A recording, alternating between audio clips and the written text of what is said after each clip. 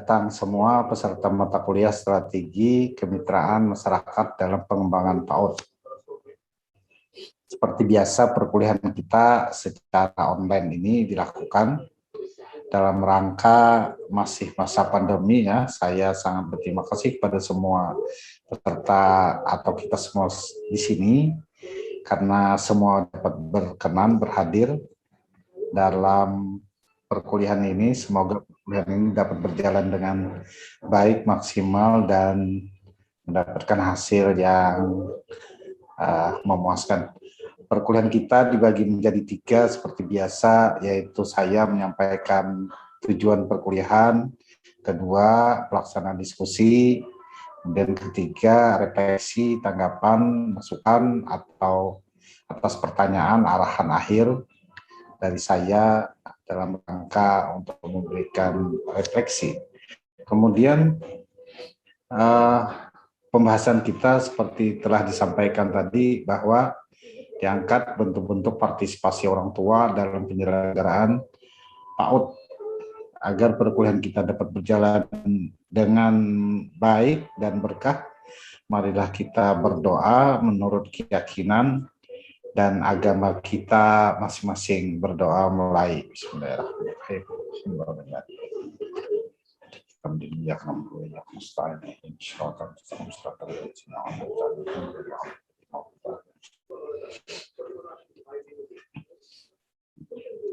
Selesai, tujuan perkuliahan kita pada hari ini adalah mengidentifikasi bentuk-bentuk partisipasi orang tua dalam penyelenggaraan PAUD. Untuk selanjutnya, saya dengan mempertimbangkan efektivitas waktu juga, saya persilahkan kepada moderator untuk memimpin pelaksanaan diskusinya. Kepada yang diberi tugas, saya persilahkan. Ya, terima kasih kepada Bapak Dr. Suhaimi, SPD MPD. Assalamualaikum warahmatullahi wabarakatuh. Yang terhormat Bapak Dr. Suhaimi, SPD MPD, dan Prof. Dr. Andes Ahmad Suryansyah, MPD PhD, selaku dosen pengampu pada mata kuliah Strategi Kemitraan Masyarakat dalam Pengembangan Pendidikan Anak Usia Dini. Yang sama-sama kita banggakan para mahasiswa program Magister PAUD, semoga sehat selalu dan senantiasa mendapat perlindungan dari Allah Subhanahu wa Ta'ala. Terima kasih atas arahan dari Bapak Dr. Suhaimi, SPD MPD di siang hari ini. Hari ini Rabu 27 Oktober 2021, kita berjumpa kembali pada perkuliahan pertemuan ke-10 dengan agenda perkuliahan, yaitu presentasi yang akan disampaikan oleh Mbak Nur Syifa dengan topik bentuk-bentuk partisipasi orang tua dalam penyelenggaraan PAUD. Sebelumnya, izinkan saya untuk memperkenalkan diri. Saya Devi Modita yang bertindak sebagai moderator di perkuliahan siang hari ini. Diskusi kita hari ini akan diawali dengan penyampaian materi oleh Mbak Nur Syifa kurang lebih selama 15 menit. Setelah penyaji selesai mempresentasikan materi, moderator akan membuka ruang tanya jawab, di mana ketentuan hanya 3 orang yang diberi kesempatan untuk bertanya. Setelah 3 orang penanya selesai mengajukan pertanyaan, penyaji berkesempatan untuk menjawab pertanyaan dengan waktu kurang lebih 15 menit. Dan yang terakhir, selesai tanya jawab, kami mohonkan kembali kepada Bapak Dr. Suhaimi, SPD MPD, untuk memberikan penutup sebagai penguatan materi kita pada siang hari ini, yang kemudian akan disimpulkan kembali oleh penyaji. Baiklah, mari kita bersama-sama kita dengarkan paparan materi dari Mbak Nur Syifa dengan topik bentuk-bentuk partisipasi orang tua dalam penyelenggaraan PAUD. Kepada Mbak Syifa, dipersilahkan. Baik, terima kasih Mbak Devi. Assalamualaikum warahmatullahi wabarakatuh. Waalaikumsalam warahmatullahi wabarakatuh. Terima kasih atas waktunya sudah mengizinkan saya memaparkan makalah pada siang hari ini yang berjudul Bentuk-bentuk Partisipasi Orang Tua dalam Penyelenggaraan Pendidikan Anak Usia Dini. Izinkan saya memperkenalkan diri. Saya Nur Syifa. Di sini saya sebagai pemateri dan teman saya Devi Maudita sebagai moderator. Baiklah, langsung saja pemaparan dari saya siang hari ini.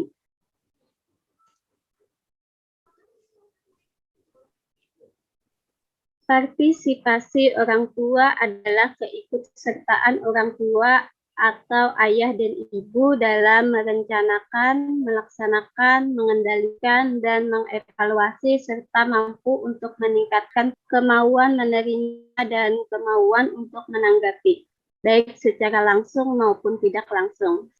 Sejak dari gagasan, perumusan, kebijaksanaan, hingga pelaksanaan program, menurut Susanti 2021. Bentuk-bentuk partisipasi orang tua dalam penyelenggaraan PAUD.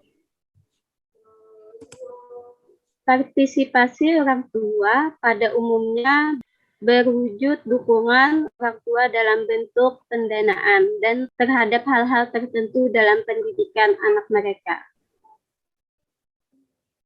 Akan tetapi selain itu juga dapat dilakukan yang pertama dengan penguatan komunikasi dua arah. Komunikasi dua arah yang bertujuan untuk mendapat informasi dan masukan tentang perkembangan peserta didik, baik dari keluarga kepada satuan pendidikan anak usia dini maupun sebaliknya. Adapun komunikasi diharapkan mampu mengomunikasikan tentang program-program sekolah maupun pendidikan, memajukan perkembangan dan kesehatan anak guna meningkatkan kerjasama dan pemahaman orang tua dan guru tentang anak. Sehingga dengan adanya komunikasi aktif antara orang tua dan guru, maka anak akan melihat bahwa orang tua dan guru mereka bekerjasama dalam mendidik mereka. Yang kedua, pendidikan orang tua. Pendidikan orang tua adalah berupa partisipasi orang tua dalam kegiatan parenting yang bertujuan ingin membantu orang tua atau wali memahami perkembangan anak tentang kesehatan, keamanan, gizi, dan setiap hal yang berhubungan dengan perkembangan anak, serta memberikan gambaran pada orang tua di rumah agar memberikan pendidikan dan pengasuhan yang sinergi dengan yang diberikan oleh sekolah, misalnya untuk menciptakan lingkungan belajar di rumah yang kondusif, yaitu aman, nyaman, dan menyenangkan. Pendidikan orang tua ini bisa berupa kelas orang tua atau wali yang dilakukan rutin oleh satuan pendidikan anak usia dini atau masyarakat dan dapat dilaksanakan baik secara formal di sekolah ataupun secara non-formal, langsung atau secara tidak langsung. Yang ketiga yaitu kegiatan sukarela. Partisipasi orang tua dalam bentuk kegiatan sukarela ini bertujuan untuk menyalurkan aspirasi masing-masing pihak dalam mendukung dan membantu kemajuan pendidikan anak. Kegiatan yang dilakukan tentunya disesuaikan dengan kemampuan dan keterampilan yang mereka miliki. Kegiatan sukarela ini dapat berupa pendampingan guru di kelas, misalnya membantu guru di perpustakaan, di ruang makan, di halaman bermain, di ruang komputer, ruang keluarga, dan sebagainya, termasuk menghadiri penampilan anak, kegiatan olahraga, perayaan, dan pendampingan anak pada kegiatan kunjungan lapangan yang dapat mensukseskan program sekolah dan aktivitas siswa di sekolah. Terus yang keempat yaitu belajar di rumah. Partisipasi orang tua dalam pembelajaran di rumah yang dimaksud adalah sekolah mengomunikasikan orang tua atau wali mengenai materi yang sebaiknya diperkaya dan diperdalam kembali di rumah. Kegiatan orang tua dalam membantu anak belajar di rumah berdasarkan kegiatan yang ada di sekolah, dan sekolah dapat memberikan arahan dan bimbingan pada orang tua dalam membantu anak belajar di rumah, baik dalam mengerjakan tugas-tugas dari sekolah maupun belajar yang dapat dilakukan di rumah, misalnya seperti membaca buku cerita yang mendidik bagi anak dan sebagainya. Dan yang terakhir yaitu kolaborasi dengan masyarakat. Berkolaborasi dengan masyarakat yaitu dengan menghubungkan orang tua, guru, murid, tokoh masyarakat, tokoh agama, ahli pendidikan, atau lainnya, pengusaha, profesional, dan lembaga yang relevan baik bagi satuan pendidikan anak usia dini maupun bagi peserta didik yang bertujuan untuk mengoptimalkan peran masyarakat di mana mereka merencanakan secara bersama-sama kegiatan yang akan dilakukan untuk mendukung pencapaian tujuan pendidikan anak dan meningkatkan kualitas sekolah seperti dalam layanan kesehatan, kelompok budaya, rekreasi, dan kegiatan lain yang memerlukan kontribusi masyarakat atau juga sebaliknya. Partisipasi orang tua dalam pendidikan dibagi ke dalam 6 tipe, yaitu tipe pertama, kewajiban dasar orang tua, yaitu memberikan kesehatan dan keamanan bagi anak, menyiapkan anak untuk sekolah, mengajar keterampilan hidup keluarga selama bersekolah, membangun kondisi rumah yang positif yang mendukung pembelajaran dan perilaku sekolah. Tipe 2, kewajiban dasar sekolah, yaitu berkomunikasi dengan orang tua mengenai program-program sekolah dan kemajuan siswa. Variasikan bentuk dan frekuensi komunikasi seperti catatan, pemberitahuan, kartu laporan, dan konferensi untuk meningkatkan pemahaman semua orang tua mengenai program sekolah dan kemajuan siswa. Yang ketiga, tipe partisipasi orang tua di sekolah, yaitu relawan asisten guru, administrator, dan anak di kelas atau di area lain di sekolah.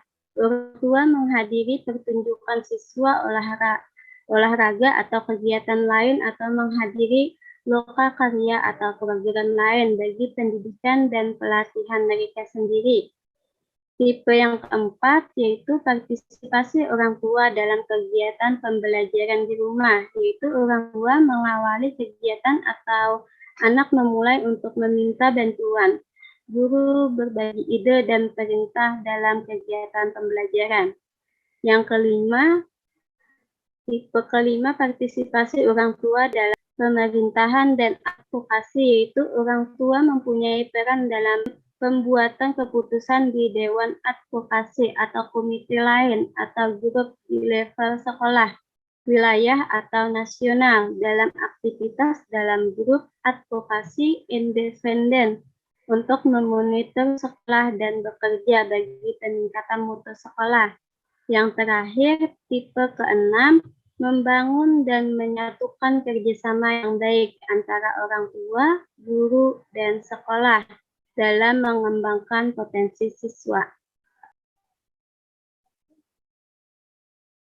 Menurut Morrison, dalam Tanah 2020 menyatakan bahwa ada 3 hal yang memungkinkan partisipasi orang tua, antara lain, yang pertama, orientasi pada tugas, yaitu harapan keterlibatan orang tua dalam membantu program sekolah yang berkaitan sebagai staf pengajar, staf administrasi, sebagai tutor, melakukan monitoring, dan membantu mengumpulkan dana, membantu mengawasi anak apabila anak-anak melakukan kunjungan luar, serta membantu anak dalam tugas-tugas sekolah. Yang kedua, orientasi pada proses, yaitu partisipasi orang tua dalam kegiatan yang berhubungan dengan proses pendidikan, antara lain perencanaan kurikulum, memilih buku yang diperlukan, sekolah, koleksi guru, dan membantu menentukan standar tingkah laku yang diharapkan. Yang terakhir, yang ketiga, yaitu orientasi pada perkembangan, yaitu untuk mengembangkan keterampilan yang berguna bagi mereka sendiri, anak-anak, sekolah, guru, keluarga, dan pada waktu yang bersamaan meningkatkan keterlibatan orang tua. Terima kasih atas perhatiannya. Baik, itu tadi paparan dari saya. Sekarang saya kembalikan kepada moderator. Dipersilahkan. Ya, Demikian tadi paparan dari Mbak Nur Syifa.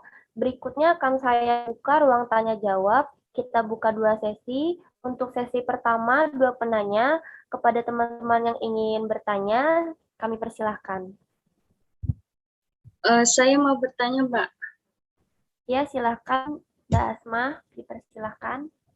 Tadi sudah dijelaskan Ibu Nur Syifa tentang bentuk-bentuk kemitraan orang tua. Nah, sekarang yang ingin saya tanyakan, partisipasi dari masyarakat yang diharapkan oleh sekolah itu seperti apa? Terima kasih. Terima kasih Mbak Asma. Satu penanya lagi sebelum dijawab oleh Mbak Syifa. Ya Mbak, saya mau bertanya. Ya, silahkan Mbak Masria. Bagaimana cara atau tips dari Pemakala sendiri untuk menciptakan lingkungan belajar di rumah yang kondusif atau aman, nyaman, dan menyenangkan? Ya mungkin itu aja, moderator. Terima kasih. Oh iya, terima kasih Mbak Masria. Bagaimana Mbak Syifa? Kita sudah ada 2 pertanyaan dari Mbak Asmah dan Mbak Masria. Dipersilakan Mbak Syifa untuk menjawab. Terima kasih, moderator. Baik, saya akan mencoba menjawab pertanyaan dari Mbak Asma dulu ya. Bagaimana bentuk-bentuk partisipasi orang tua murid atau masyarakat yang diharapkan oleh sekolah? Bentuk-bentuk partisipasi orang tua murid atau masyarakat yang diharapkan oleh sekolah yang pertama adalah dengan mendorong anak dalam belajar secara teratur di rumah. Misalkan orang tua harus memberikan motivasi, dorongan, dan menciptakan situasi dan kondisi yang memungkinkan bagi anak untuk belajar. Terus yang kedua, mendorong anak dalam menyusun jadwal dan struktur waktu belajar, serta menetapkan prioritas kegiatan di rumah. Orang tua perlu memberikan dorongan agar budaya anak tercipta di rumah melalui kegiatan yang terjadwal, waktu yang terstruktur, serta mampu memilih prioritas kegiatan yang bermanfaat di rumah. Terus yang ketiga, orang tua mengawasi, membimbing, dan mengarahkan anak dalam menggunakan waktu belajar, bermain, istirahat, dan melakukan sesuatu kegiatan yang menunjang pembelajaran di sekolah. Banyak kegiatan yang dapat dilakukan anak di rumah yang menunjang kegiatan pembelajaran di sekolah, bahkan anak dapat membuat karya-karya atau dapat mengembangkan kreativitas anak dengan menggunakan berbagai media yang ada ya. Itu tadi jawaban dari saya, sekarang saya kembalikan ke moderator. Terima kasih. Iya, bagaimana jawaban dari Mbak Syifa? Apakah sudah cukup, Mbak? Mbak Asma ya tadi? Oh iya, Mbak. Oh iya. Kalau ada teman-teman yang ingin menambahkan juga bisa. Saya persilahkan kalau ada teman-teman yang ingin bantu menambahkan. Izin, moderator. Ya, Mbak Tri, dipersilahkan. Izin menambahkan ya, tadi kan pertanyaan Mbak Asmah bentuk-bentuk partisipasi dari orang tua ataupun masyarakat. Ingin menambahkan di bagian masyarakatnya saja, karena tadi Mbak Sipa kan hanya di bagian orang tuanya. Jadi untuk melibatkan masyarakat dalam program sekolah itu, yang bisa dilakukan itu pertama melakukan program kemasyarakatan. Jadi misalnya kebersihan lingkungan, kemudian bisa juga masyarakat bantu lalu lintas yang ada di sekitar sekolah. Nah, kemudian juga bisa saja sekolah mengadakan open house, memberikan kesempatan kepada masyarakat luas untuk mengetahui program dan kegiatan sekolah. Kemudian bisa juga mengadakan buletin sekolah atau majalah. Jadi keterlibatan masyarakat akan lebih efektif lagi. Nah, bisa juga di dalam keterlibatan masyarakat tersebut mengundang tokoh menjadi pembicara atau pembina dalam program sekolah. Misalnya mengundang dokter yang tinggal di sekitar sekolah untuk menjadi pembicara dalam rangka program kesehatan sekolah. Nah, itu seperti itu ya. Misalkan bisa juga memberdayakan komunitas sekolah. Itu masuk dari bentuk-bentuk partisipasi masyarakat dengan sekolah. Itu saja. Mbak Depi, terima kasih. Ya, terima kasih banyak Mbak Tri atas tambahannya. Bagaimana Mbak Syifa? Apakah lanjut ke pertanyaan yang berikutnya untuk menjawab? Kembalikan sama Mbak Asma dulu. Oh iya, Mbak Asma bagaimana Mbak Asma? Iya, Atas jawaban dan tambahannya. ya, terima kasih Ibu Tri sudah menambahkan dan juga Ibu Nursika sudah menjawab pertanyaan. Terima kasih. Ya, terima kasih Mbak Asma. Bagaimana Mbak Syifa? Apakah kita melanjutkan ke pertanyaan berikutnya? Ini bisa. Ya, persilahkan Mbak. Baiklah, selanjutnya saya akan mencoba menjawab pertanyaan dari Mbak Masria. Cara atau tips menciptakan lingkungan belajar di rumah yang kondusif, aman, nyaman, dan menyenangkan di antaranya yaitu yang pertama, menata ruang atau tempat belajar yang baik. Soalnya ruang atau tempat merupakan lingkungan utama untuk menciptakan kegiatan belajar mengajar yang menyenangkan. Ruang atau tempat belajar yang bersih, nyaman, dan tertata rapi akan mendukung pembelajaran lebih baik. Terus yang kedua, setelah menciptakan ruang atau tempat belajar yang kondusif, selanjutnya yaitu menciptakan suasana belajar dan mengajar yang menyenangkan. Orang tua yang simpatik dan demokratis memungkinkan suasana belajar yang kondusif tercipta, di mana hasil belajar anak dihargai, sehingga anak tidak takut merasa salah ketika menjawab pertanyaan atau bertanya kepada orang tua. Dengan suasana belajar mengajar yang menyenangkan, membuat anak menjadi semangat belajar dan pembelajaran akan lebih bermakna.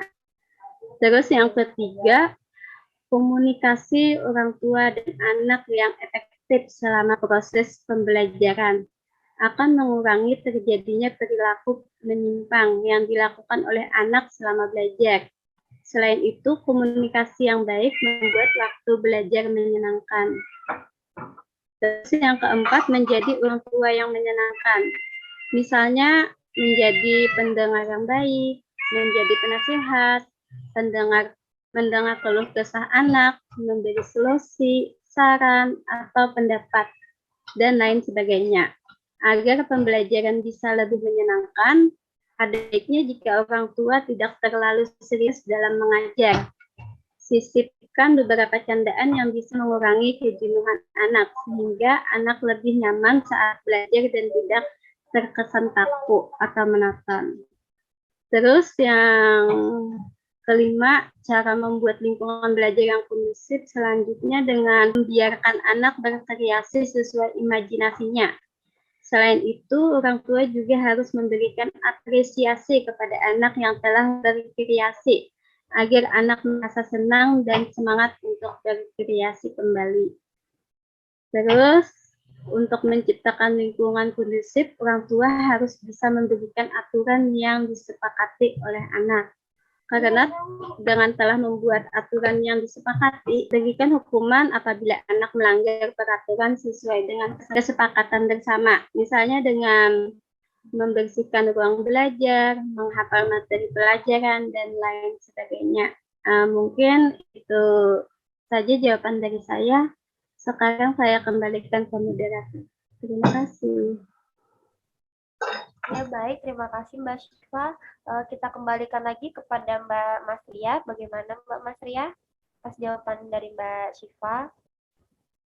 Ya, menurut saya cukup jelas. Mbak, kata pemakalah, untuk cara-caranya sendiri ada 6. Ada 6 cara. Ya, mungkin itu saja yang bisa sudah saya catat dan saya tangkap. Terima kasih Mbak Moderator dan Mbak Syifa. Ya, terima kasih Mbak Masria. Kita buka lagi sesi kedua, pertanyaan terakhir. Apakah ada yang ingin bertanya lagi? Dipersilahkan. Satu penanya terakhir lagi pada teman-teman. Ya, baik, terima kasih. Moderator izin bertanya. Ya, Mbak Mika, dipersilahkan. Tadi kita udah membahas tentang strategi kemitraan masyarakat dalam pengembangan anak usia dini. Tadi ada dijelaskan oleh pemateri tentang pendidikan orang tua di lembaga PAUD. Nah, bagaimana menurut pemateri, kenapa sih pentingnya pendidikan orang tua di lembaga PAUD? Dan dijelaskan. Terima kasih. Ya, terima kasih Mbak Mika. Berarti pertanyaannya tentang mengapa penting pendidikan orang tua di lembaga PAUD ya. Kepada Mbak Syifa, silakan untuk menjawab pertanyaan dari Mbak Mika. Terima kasih. Mengapa penting pendidikan orang tua di lembaga anak usia dini?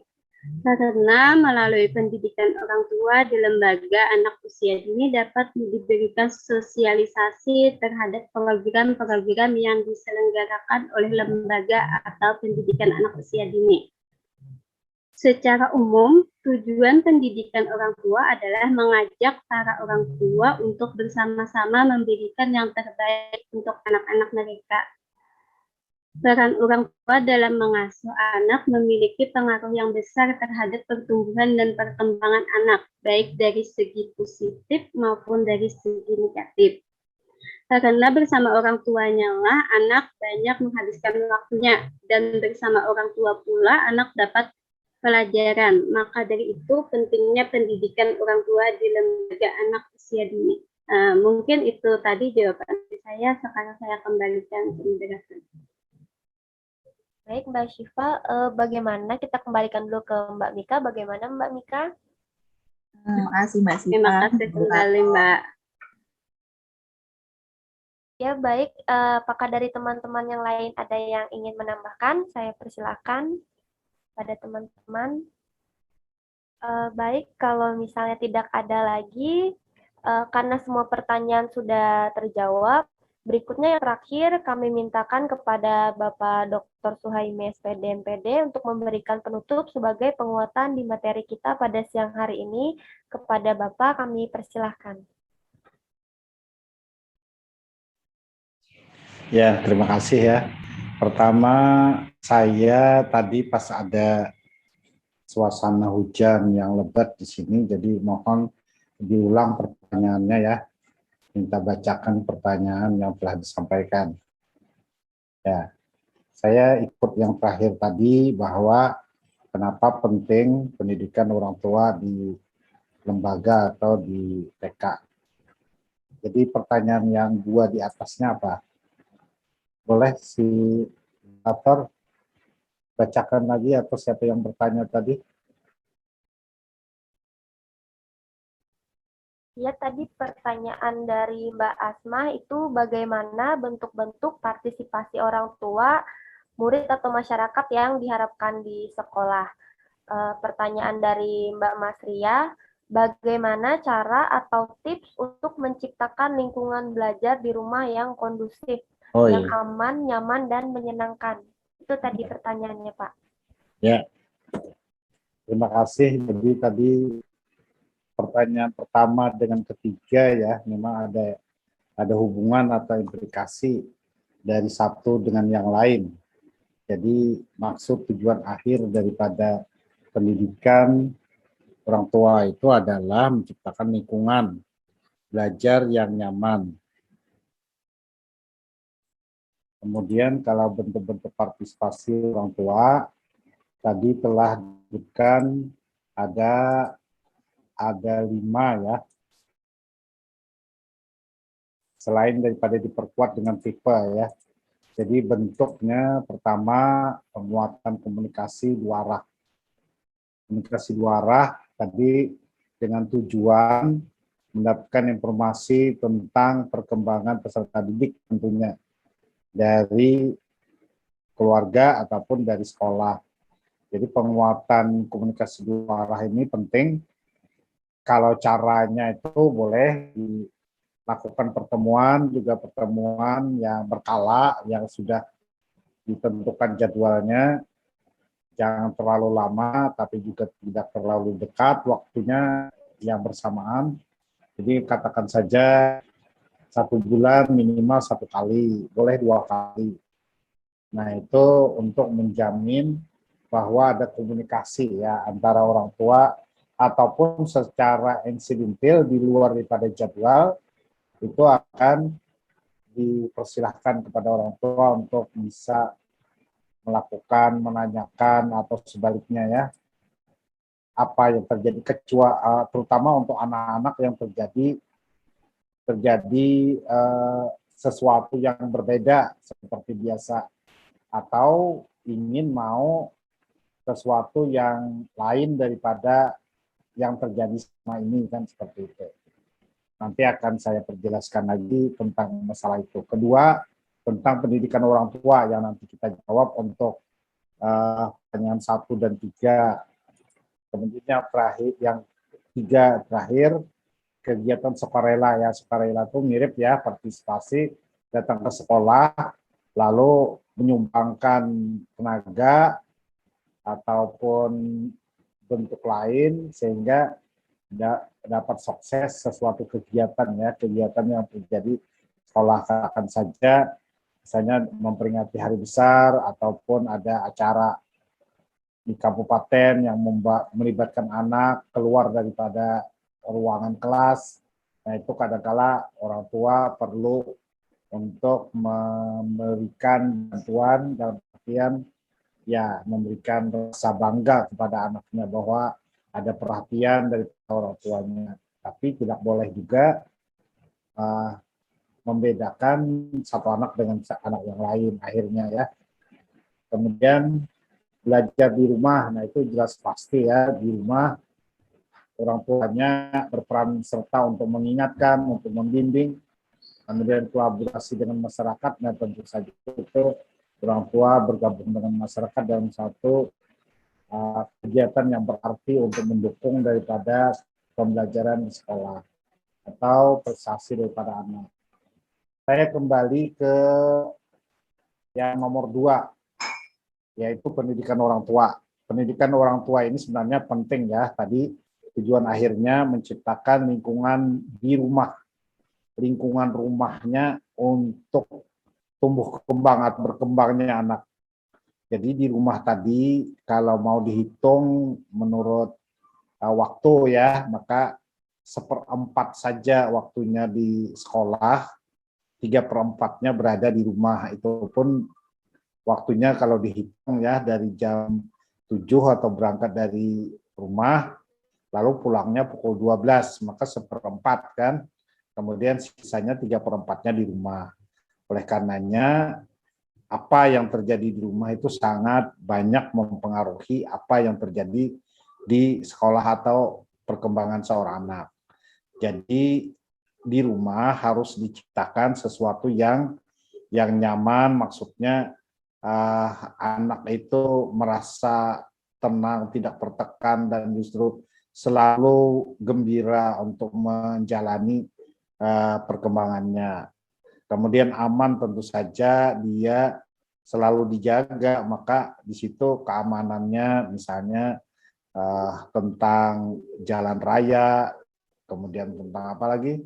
Tentang sumur yang justru anak itu masih belum stabil dalam berjalan ataupun kontrol refleksnya, sehingga jalan raya dan sumur begitu yang atau sungai atau apalah yang berakibat pada kemandirian anak itu tidak bisa dihandalkan, maka itu adalah ancaman ya. Ancaman bagi anak, baik dalam kesehatan ataupun keselamatan ya. Kemudian kalau menyenangkan itu sama aja, mirip dengan nyaman. Menyenangkan itu tentu anak harus diciptakan suasana yang paling menyenangkan, dan artian jangan berlebihan kita memberikan tindakan yang berupa hukuman begitu, sehingga anak tidak bisa lagi untuk kreatif atau inovasi. Itu sangat merugikan ya. Hati-hati bagi orang tua. Maka orang tua itu diberikan pengetahuan tentang apa? Tentang kesehatan, tentang keamanan dari bahaya-bahaya yang mengancam dari anak. Sementara anak itu belum bisa mandiri, tentu saja aman dari ancaman perbuatan dia sendiri yang kadang-kala tidak bisa terkontrol, Kemudian bisa juga orang lain yang tidak sengaja akan membahayakan dia. Nah, itu tentang keamanan, tentang gizi. Nah, selama ini ya kesehatan memang penting dalam rangka kita menjaga agar jangan sampai ada penyakit yang katakan saja serius sehingga menghambat anak itu sampai ke masa tuanya ya, perkembangannya. Sehingga gizi itu juga penting, maksudnya makanan bagi anak harus diutamakan ya. Paling tidak yang disebut dengan hal-hal yang bisa membuat pencernaannya atau perkembangan otaknya terganggu. Nah, makanya harus diperhatikan gizinya. Gizinya itu dalam artian karbohidrat ataupun protein yang sangat mendukung untuk daya tahannya dan perkembangan otaknya. Setiap hal yang berhubungan dengan perkembangan anak ya, berarti digarisbawahi kesehatan, keamanan, gizi itu berhubungan dengan perkembangan anak. Jadi selalu aja diarahkan ke sana, memberikan gambaran pada orang tua agar memberikan pendidikan dan pengasuhan yang sesuai, yang sinergi, yang baik untuk diberikan untuk lebih sebagai pengganti pendidikan yang berada di sekolah. Karena kata saya tadi, di rumah itu adalah 3/4 daripada waktu yang berlaku di sekolah. Sementara di sekolah orang tua dalam beberapa budaya itu memberikan tanggung jawab penuh kepada sekolah, sehingga di rumah tidak perlu lagi diperhatikan. Berdasarkan budaya yang seperti itu, memang budaya katakan saja kebiasaan yang tidak baik berlaku pada masyarakat, di mana masyarakatnya dalam masyarakat menengah ke bawah tentu saja, atau bahkan masyarakat yang kalangan atas di mana dia mementingkan mencari uang sementara anaknya cukup dengan uang itu ya. Cukup dengan uang itu justru katanya tidak seimbang antara perhatian dengan apa yang diperlukan. Kita paham ya seperti itu dalam sinetron ya, sering terjadi seperti itu. Tapi dalam kondisi nyata memang di beberapa orang kaya ada keteledoran hal yang seperti itu karena tanggung jawab diserahkan kepada pengasuh ya, pengasuh daripada anak. Itu saya menanggapi dari pertanyaan yang muncul. Kemudian di sini ada 3 hal yang memungkinkan partisipasi orang tua. 3 yang memungkinkan, yaitu orientasi pada tugas. Nah, ini apa maksudnya? Jadi ada 3 hal yang memungkinkan partisipasi orang tua. 3 macam orientasi tugas, orientasi pada proses, orientasi pada perkembangan. Jadi cara mengasuh anak itu orang tua kadangkala menggunakan 3 kemungkinan ini, di mana orang tua banyak ada yang konsen ya, yang konsen pada tugas. Apa itu maksudnya tugas? Tugas itu memberikan latihan kepada anak seperti keterampilan, memberikan kursus atau pokoknya memberikan tugas-tugas kepada anak agar anak ini berkembang. Ada yang seperti itu dan ada yang berhasil dan juga ada yang tidak berhasil ya. Maksudnya ada yang berdampak dan tentu saja ada yang berdampak negatif. Ada juga yang berorientasi pada proses. Jadi orang itu tidak menekankan pada tugas tapi harus prosesnya, selalu saja berpikiran tentang proses, baik proses perkembangan ataupun proses belajar. Jadi kalau orang itu perhatiannya pada proses, tentu saja sangat memperhatikan makanan, karena makanan itu sedikit demi sedikit sangat memperhatikan makan, kemudian sangat memperhatikan pendidikan, karena sedikit demi sedikit asal prosesnya baik maka akan dimungkinkan perkembangannya akan baik. Nah, ada juga orientasi pada perkembangan, jadi dia memperhatikan perkembangan saja, tidak memperhatikan tugas, tidak memperhatikan tentang maksud perkembangan ini, apakah dia sempurna ya. Memang kalau boleh kita perhatikan kalimatnya masih kalau katakan seperti itu, apakah perkembangan ini betul-betul tentang perkembangan keterampilan atau perkembangan fisik? Sebenarnya kalau melihat kalimatnya itu adalah yang paling sempurna ya. Jadi kegiatan prosesnya diperhatikan, kegiatan keterampilannya juga diperhatikan. Maksudnya tugas itu memberikan keterampilan, memberikan latihan. Jadi anak itu diberi tugas supaya dia memahami yang seharusnya nanti dia kuasai. Tidak ada yang salah, cuma dalam artian tidak selamanya kita menggunakan tipe atau cara seperti itu. Jadi ini cara-caranya seluruhnya baik, tapi harus kita carikan situasi, kondisi yang memungkinkan harus berbuat seperti itu. Ya, ini tadi apakah ditekankan atau kita mengerti semua? Ada 3 hal yang memungkinkan partisipasi orang tua: orientasi tugas, orientasi pada proses, orientasi pada perkembangan. Ini perlu dicermati juga yang masalah tabel ya. Tabel tipe partisipasi orang tua. Jadi ada bermacam-macam, ada bentuk, ada tipe, dan ada kemungkinan. Nah, situasi yang cara atau bentuk ya. Jadi ada berbeda. Jadi kalau kita menyebutkan orientasi pada tugas, orientasi pada proses, orientasi pada perkembangan, itu adalah 3 hal yang memungkinkan partisipasi. Memungkinkan partisipasi, berarti kan mungkinnya seperti ini, mungkinnya seperti ini. Jadi adalah pilihan berdasarkan situasi. Situasinya menuntut orang harus memberikan perhatian pada tugas, jadi harus memberikan tugas, tapi tugasnya memang harus dengan catatan ya, terbimbing ya, harus tetap diawasi.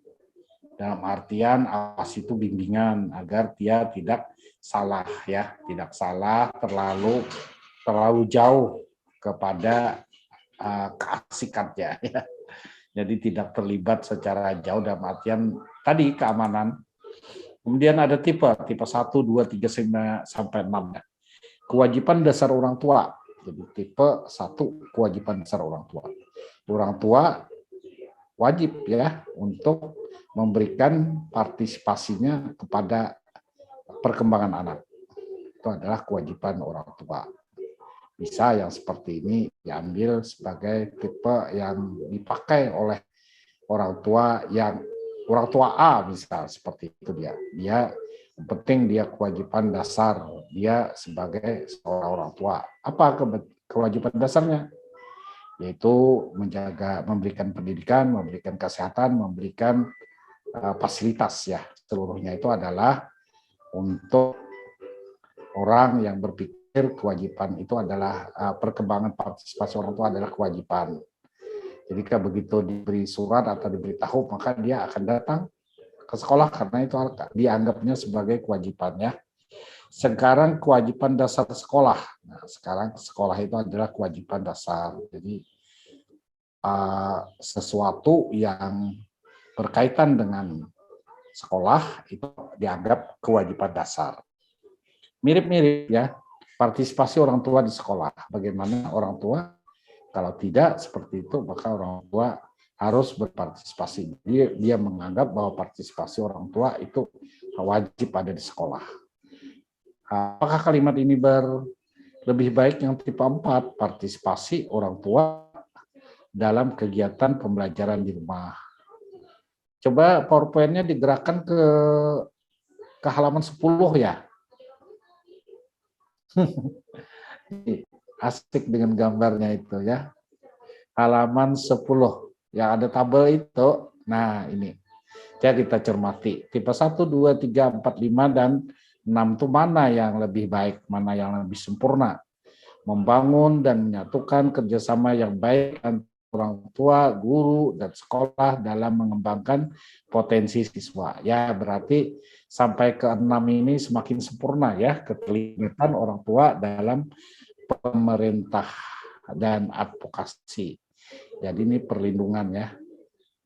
Partisipasi orang tua dalam kegiatan pembelajaran di rumah. Nah, itu memang harus ya, partisipasi orang tua di sekolah. Kewajiban dasar sekolah, kewajiban dasar orang tua. Ya, gini ya. Saya baru bisa mencermati. Orang tua menganggap ya bahwa kewajiban dasar orang tua itu adalah berpartisipasi terhadap perkembangan anak. Yang kedua, partisipasi orang tua itu atau kewajiban partisipasi orang tua itu adalah kewajiban dasar sekolah. Jadi ini kalau yang kedua ini seperti balikan daripada yang pertama. Jadi kewajiban itu bukan kewajiban dia, itu kewajiban sekolah katanya. Kemudian yang ketiga, partisipasi orang tua di sekolah. Kalau di sekolah mau berpartisipasi, kalau di rumah tidak ya, gitu. Ya, maksudnya lebih utama yang di sekolah. Kemudian partisipasi dalam kegiatan pembelajaran di rumah. Nah, di rumah orang tua menekankan di rumah. Jadi 3 dan 4 itu adalah berbalikan ya. 1 dan 2 itu juga berbalikan. Kemudian keterlibatan tua dalam pemerintahan advokasi. Nah, ini tentu saja orang tua yang sebagai pejabat ya, maka dia harus melibatkan diri karena kewajiban dia sebagai seorang pejabat untuk berpartisipasi kepada sekolah, tapi lewat pemerintahan dan perlindungan hukum. Yang terakhir, nah ini yang sempurna ya, membangun dan menyatukan kerjasama yang baik antara orang tua, guru, dan sekolah dalam mengembangkan potensi siswa. Jadi boleh ini diperdebatkan adalah tipe-tipe yang seharusnya diambil oleh orang tua. Termasuk makalah ini termasuk paling menarik ya. Menarik daripada yang lain, tapi banyak bobot. Jadi entah karena materinya memang cocok dengan mata kuliah, sehingga ditawarkan beberapa alternatif. Jadi ada beberapa tampilan ya. Pertama ada tipe-tipe, ini boleh jadi hal yang baru, kemudian yang orientasi, nah juga hal yang baru kita ketahui, kemudian kalau bentuk-bentuk itu mungkin kita sering paham ya, kita paham bahwa bentuk-bentuk partisipasi seperti itu. Yang selebihnya adalah pengantar, penjelasan yang di halaman 4 dan sebagainya itu adalah penjelasan tentang apa yang dimaksud dengan partisipasi orang tua. Adakah yang ditanyakan atau mungkin sampai di sini penjelasan saya berkaitan dengan beberapa persoalan ya tentang partisipasi orang tua. Jadi kalau kita ingat ada orientasi, ada tipe, ada bentuk. Jadi ada beberapa macam yang disebut dengan partisipasi orang tua. Partisipasi orang tua pada umumnya adalah dukungan orang tua dalam bentuk dana, tenaga, dan pemikiran ya. Pendanaan, pemikiran, ataupun dalam bentuk kegiatan usaha atau tenaga ya, baik di rumah ataupun di sekolah. Jadi bentuknya ada bermacam, ada 5 macam, kemudian tipenya juga ada 6 macam, kemudian orientasinya ada 3 macam. Yang ditanyakan tadi kan banyak pada bentuk ya, memang judul makalah ini kan memang bentuk-bentuk partisipasi, tapi juga disisipkan yang tipe dan orientasi. Sampai di sini saya kembalikan ke moderator kalau ada yang ditanyakan lagi, karena memang saya tadi di luar daripada pertanyaannya kan ada 3 bentuk partisipasi, ada 5 tadi. Kemudian pendidikan orang tua tadi kenapa penting, sehingga bagaimana menciptakan lingkungan yang aman, nyaman, dan menyenangkan, ya. Sampai di sini saya kembalikan ke moderator Dewi atau siapa penyajinya, Dewi ya? Devi tadi, Pak. Ya. Ya. Baik, terima kasih. Demikian tadi arahan sekaligus penguatan materi dari dosen pengampu kita, Bapak Dr. Suhaimi, SPD, MPD. Semoga apa yang beliau sudah jelaskan tadi dapat menjadi tambahan ilmu kita pada siang hari ini di mata kuliah Strategi Kemitraan Masyarakat dalam Pengembangan PAUD. Dengan adanya penguatan materi dari Bapak Dr. Suhaimi, SPD, MPD, maka berakhir pula lah agenda perkuliahan kita hari ini.